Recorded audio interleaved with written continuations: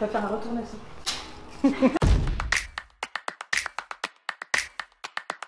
Bonjour, je m'appelle Anna Pédelaborde, j'ai 34 ans et en fait j'ai fait un bac scientifique, option maths, une classe préparatoire aux grandes écoles de commerce et ensuite j'ai fait une école supérieure de commerce à Tours en alternance, donc un master en management spécialisé supply chain et achat.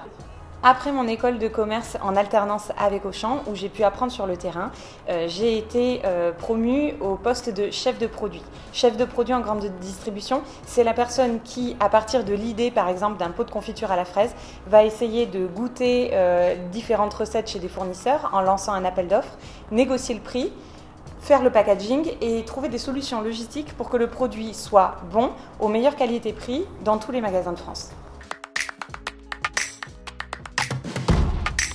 Après quelques années en grande distribution, j'ai démissionné pour rapprochement de conjoints pour revenir dans ma région d'origine, le sud-ouest de la France. Suite à une discussion avec mon oncle, il m'a parlé de la moutarde Louis, une moutarde qui est née à Bordeaux et qu'on avait du mal à retrouver sur Bordeaux.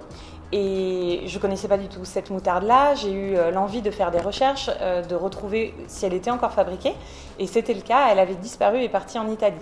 Donc comme je ne trouvais pas de travail, j'avais un peu de temps pour faire des recherches et ma curiosité m'a amenée à chercher toutes les marques qui sont nées à Bordeaux. Et dès qu'on commence par la moutarde Louis, le Cacolac, Marie Brizard, on tire un fil et on n'arrive pas à s'arrêter de tirer dessus. Et c'est ce que j'ai fait et ça a donné l'échoppe de la Lune. Donc du coup, l'échoppe de la Lune ne répondait à aucun objectif particulier parce que c'est juste une envie de mettre en valeur des marques qui sont hyper intéressantes mais qui sont moins puissantes parce qu'elles ne sont pas mises ensemble. En fait, le socle de ces marques-là, les valeurs de ces marques-là sont communes. C'est un fort attachement à Bordeaux, à l'histoire gourmande. Il y avait deux axes pour l'échoppe de la Lune. La première, c'est que j'adore faire des coffrets gourmands et à Bordeaux, j'avais vraiment du mal à le faire parce qu'à chaque fois, il fallait aller dans plein d'endroits différents et je trouvais que c'était très fastidieux. Donc je me suis dit, ça répond quand même à cette problématique-là, des gens qui ont envie de faire des coffrets gourmands, mais qui en ont marre d'aller un peu partout. La deuxième problématique, c'est que quand je voyage, j'adore ramener de la nourriture. Systématiquement, dès que je vais dans une ville ou un pays, que ce soit en France ou à l'étranger, je vais dans une épicerie fine ou un petit supermarché et j'achète des choses un peu incongrues, mais qui vont me rappeler le séjour que j'ai passé. En achetant un simple pot de confiture qui est juste fait par une personne d'ici, même si la confiture elle est toute simple, quand vous prenez vos tartines et que vous rentrez sur Paris, vous repensez à votre séjour à Bordeaux, vous repensez à tous les bons moments que vous avez eus ici. Donc du coup, certes à la base ça répondait pas du tout à une problématique, j'ai pas voulu révolutionner le monde ou apporter une innovation majeure. En revanche, je me rends compte maintenant que oui, ça répond à deux problématiques. Celle des gens qui veulent faire des coffrets gourmands ou des cadeaux gourmands de Bordeaux et qui ont du mal à trouver des produits. Et pour les gens aussi qui veulent ramener des gourmandises vraiment locales pour prolonger les vacances ou juste le passage qu'ils ont eu sur Bordeaux. Alors honnêtement, non. Je suis pas forcément un bon exemple à suivre dans la mesure où normalement on fait un business plan, on analyse les risques et tout ça. Moi en fait pas du tout. Pour l'échoppe de la Lune, quand l'idée est arrivée et que j'ai regardé les risques et tout ça, je me suis dit en fait j'ai le droit au chômage, donc j'ai cette chance-là. Donc moi j'avais ce salaire-là, c'est pas un salaire mais une indemnité de Pôle emploi qui m'aidait à vivre. Et au final, en achetant de la nourriture, le seul risque que j'avais c'était de pas le vendre. Mais je me disais, au pire si tu vends pas ton stock, tu fais plus de courses et tu manges ton truc. Donc j'avais très peu de risques. Avec mon oncle, on a parlé du projet. J'ai fait des recherches, mais par curiosité comme ça. Mon oncle m'a dit « Ah, ça serait vraiment chouette une épicerie avec tous les produits de Bordeaux ». Je continue à faire mes petites recherches comme ça, mais pas du tout dans l'optique d'entreprendre. Moi, j'étais hyper bien en CDI chez Auchan. J'adorais avoir plein de collègues et tout ça. J'avais pas du tout l'objectif d'être toute seule à mon compte. C'était pas une fin en soi, en fait. Et 2 semaines après, mon oncle m'a appelé en me disant « Salut, c'est ton associé, j'ai trouvé un local ». Et je dis mais qu'est-ce qu'il fait quoi? Et en fait, il y a un monsieur à qui il avait parlé de mon projet, qui avait un local et qui servait pas trop et qui voulait me le louer à pas cher pour m'encourager et pour aussi qu'il y ait du dynamisme dans son local. Au final, l'échoppe de la Lune, ça a été un concours de circonstances où au final, j'ai dit oui à toutes les opportunités qui se sont croisées sur ma route. Alors déjà, moi je suis convaincue que la question entrepreneuriale et l'entrepreneuriat au féminin doit être au cœur des discussions. Après, c'est un sujet vraiment qui me parle beaucoup parce que je suis aussi présidente de l'association des femmes chefs d'entreprise Bordeaux-Gironde. J'ai également été élue étoile au féminin des étoiles du commerce et de l'artisanat de Bordeaux. Donc c'est vraiment un sujet, l'entrepreneuriat au féminin, que je porte au fond de moi. Tout le monde a accès aux mêmes plateformes.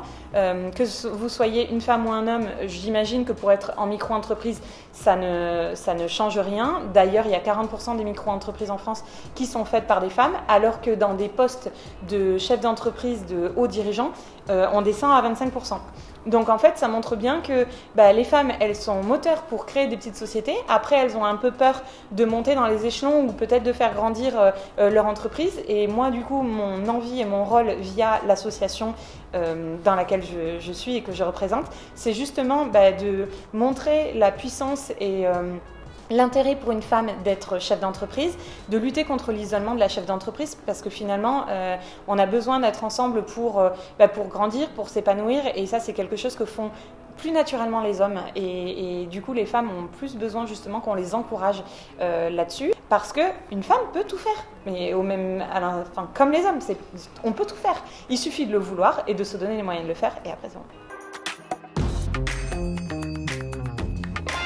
Aujourd'hui, j'ai pas de notion d'échec, c'est-à-dire que si demain les shops de la Lune devaient s'arrêter, c'est pas grave, parce que pour moi, il y a jamais d'échec. Même si mon entreprise elle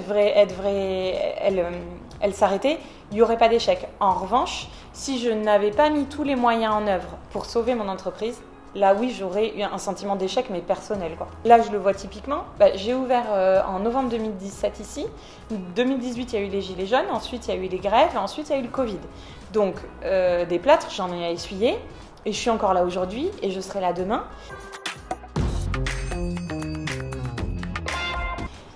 Alors, c'est super intéressant.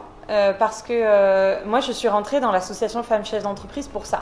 Parce que c'est une entreprise qui aide les femmes à prendre plus de poids dans les instances économiques. C'est-à-dire que les femmes, en étant chefs d'entreprise, elles gèrent des milliers d'euros, voire des millions d'euros. Donc, elles pèsent sur leur territoire, elles ont un poids économique sur leur territoire, mais elles ne s'en rendent peut-être pas compte. Donc, le rôle de femmes chefs d'entreprise, c'est de les accompagner et de leur montrer qu'elles ont du poids et qu'elles peuvent justement agir pour faire en sorte que la situation économique de leur territoire soit saine et de construire à chaque fois demain. Et c'est clair qu'il y a une précarité des femmes qui est hyper importante en France, mais partout dans le monde, que les femmes, comme je vous le disais, elles créent plein de micro-entreprises, mais dès qu'il faut faire grandir ou dès qu'il faut être dans les boards des plus grosses entreprises, elles ne sont pas forcément là. Donc nous, notre rôle, c'est de leur dire, mais si, en fait, chacune d'entre vous, vous êtes intelligente, puissante, élégante, enfin, je veux dire, des vraies femmes qui en imposent dans leur entreprise et dans la vie de manière générale. On veut juste que les femmes, elles aient toute confiance et qu'elles y aillent et qu'elles montrent au monde qu'elles aussi, elles peuvent faire bouger les choses. Donc, c'est pas une chose en particulier que j'aimerais faire bouger, c'est juste redonner confiance, donner envie de créer et de ne pas avoir de limites, parce que c'est ça le plus gros frein de chaque femme, c'est elle-même. De manière générale, moi j'adorerais que tous les jeunes écoutent la petite flamme qu'ils ont en eux et qui se donnent les moyens de parvenir à leurs rêves dans tous les cas, hommes ou femmes. Je veux juste que les gens ne se posent pas de limites et qu'ils testent. Et j'aimerais que tout le monde se donne les moyens d'accomplir ses rêves. Donc mon produit préféré, c'est le sel de château, c'est du sel mariné dans du merlot et du cabernet qui a une histoire géniale. En fait, à l'origine, c'était les bateaux qui transportaient le sel et le vin sur la Garonne, et quand ça se mélangeait, ça donnait cette couleur-là, et comme il était invendable, il le donnait aux gens du coin. Donc du coup, c'est un sel qu'on met sur des grillades, des purées, des poêlées de légumes, et qui donne du goût. Sur le foie gras, c'est super bon aussi, et donc ça, c'est vraiment un produit coup de cœur.